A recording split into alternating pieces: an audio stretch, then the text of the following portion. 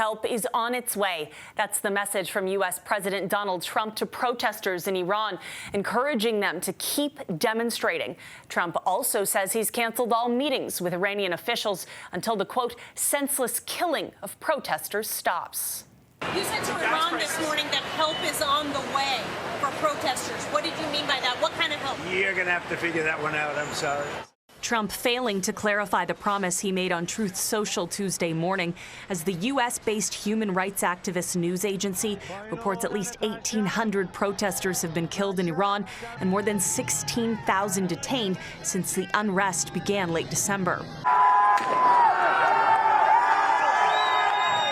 But on Monday, the Iranian foreign minister blamed the unrest on Israel and the U.S., adding the situation in the country was under total control. Preemptive operations are not on our agenda. We do not seek war, but we are fully prepared for it. Indeed, even more prepared than before the previous war. Meantime, Iranian state media is broadcasting what it says is the aftermath of countrywide protests. Burned buildings, damaged roads, and rubble.